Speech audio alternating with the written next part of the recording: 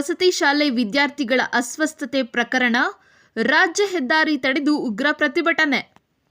ಅಫಜಲ್ಪುರ ತಾಲೂಕಿನ ಕರಜಗಿ ಮೊರಾರ್ಜಿ ವಸತಿ ಶಾಲೆಯಲ್ಲಿ ಆಹಾರ ಸೇವಿಸಿದ ಬಳಿಕ ಹಲವು ವಿದ್ಯಾರ್ಥಿಗಳು ಅಸ್ವಸ್ಥಗೊಂಡಿರುವ ಘಟನೆಗೆ ಆಕ್ರೋಶ ವ್ಯಕ್ತಪಡಿಸಿದ ವಿದ್ಯಾರ್ಥಿಗಳ ಪೋಷಕರು, ಸಾರ್ವಜನಿಕರು, ವಿವಿಧ ಸಂಘಟನೆಗಳ ಮುಖಂಡರು ಹಾಗೂ ವಿದ್ಯಾರ್ಥಿಗಳು ಸೇರಿ ಅಫಜಲ್ಪುರ ಪಟ್ಟಣದ ಸರ್ಕಾರಿ ಸಾರ್ವಜನಿಕ ಆಸ್ಪತ್ರೆ ಎದುರು ಕಲಬುರಗಿ ವಿಜಯಪುರ ರಾಜ್ಯ ಹೆದ್ದಾರಿಯನ್ನು ತಡೆದು ಪ್ರತಿಭಟನೆ ನಡೆಸಿದರು.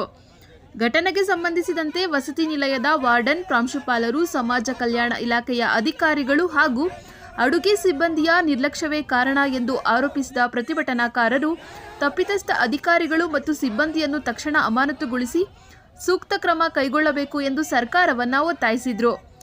ಪ್ರತಿಭಟನೆಯಿಂದ ಕಲಬುರಗಿ ವಿಜಯಪುರ ರಾಜ್ಯ ಹೆದ್ದಾರಿಯಲ್ಲಿ ಕೆಲ ಕಾಲ ವಾಹನ ಸಂಚಾರ ಅಸ್ತವ್ಯಸ್ತಗೊಂಡಿತ್ತು. ಸ್ಥಳಕ್ಕೆ ಪೊಲೀಸರು ಹಾಗೂ ಅಧಿಕಾರಿಗಳು ಭೇಟಿ ನೀಡಿ ಪ್ರತಿಭಟನಾಕಾರರೊಂದಿಗೆ ಮಾತುಕತೆ ನಡೆಸಿ ಪರಿಸ್ಥಿತಿ ನಿಯಂತ್ರಣಕ್ಕೆ ಕ್ರಮ ಕೈಗೊಂಡರು. ವಿದ್ಯಾರ್ಥಿಗಳ ಆರೋಗ್ಯದ ಬಗ್ಗೆ ಸಮಗ್ರ ತನಿಖೆ ನಡೆಸಿ ತಪ್ಪಿತಸ್ಥರ ವಿರುದ್ಧ ಕಠಿಣ ಕ್ರಮ ಕೈಗೊಳ್ಳುವಂತೆ ಪ್ರತಿಭಟನಾಕಾರರು ಆಗ್ರಹಿಸಿದರು.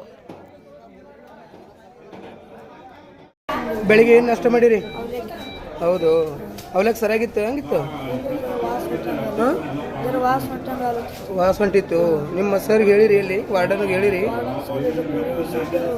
ಹಾಂ, ಹೌದು. ಅಲ್ಲಿದಿಂದ ಏನಂತ ಉಲ್ಟಿ ಏನು ಅಸ್ವಸ್ಥ ಆಯ್ತಾ? ಏನಂತ?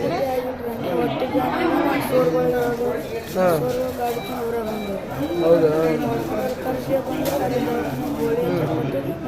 ಎಷ್ಟನೇ ತರಗತಿ? 7th ಸ್ಟ್ಯಾಂಡರ್ಡ್ ಇದ್ದೀರಿ?